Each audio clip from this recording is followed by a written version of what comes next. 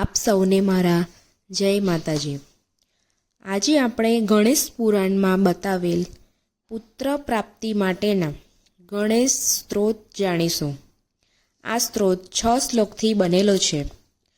પ્રથમ શ્લોક છે, નમોસ્તુ ગણનાથાય સિદ્ધિ બુદ્ધિ યુતાય ચ સર્વપ્રદાય દેવાય પુત્ર વૃદ્ધિ પ્રદાય ચ।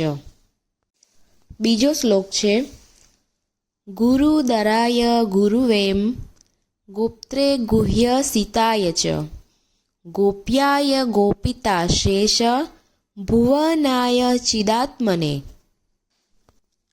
ત્રીજો શ્લોક છે, વિશ્વમૂલાય ભવ્યાય વિશ્વ સૃષ્ટિ કરાયતે નમો નમસ્તે સત્યાય સત્ય પુણ્યાય શુનિડ્ડને।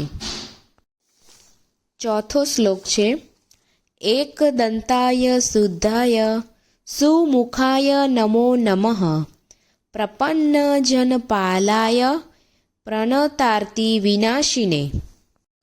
પાંચમો શ્લોક છે, શરણં ભવ દેવેશ સંતતિ સૃઢદામ કુરુ ભવિષ્યંતિ ચ યે પુત્રા મત્કુલે ગણનાયક। છઠ્ઠો શ્લોક છે, તે સર્વે તવ પૂજાર્થે નિરતાઃ શૂરવરો મતઃ પુત્ર પ્રદમિદં સ્તોત્રમ સર્વસિદ્ધિ પ્રદાયકમ। પુત્રની પ્રાપ્તિ માટે રોજ સવાર સાંજે ગણપતિ દાદાને ભાવથી પ્રાર્થના કરીને આ ગણેશ સ્ત્રોત્રનું પઠન કરવાથી ફળની પ્રાપ્તિ થાય છે। મિત્રો, હંમેશા ભગવાન પર પૂર્ણ વિશ્વાસ અને સાચી શ્રદ્ધા રાખવાથી ભગવાન આપણને જરૂર ફળ આપે જ છે।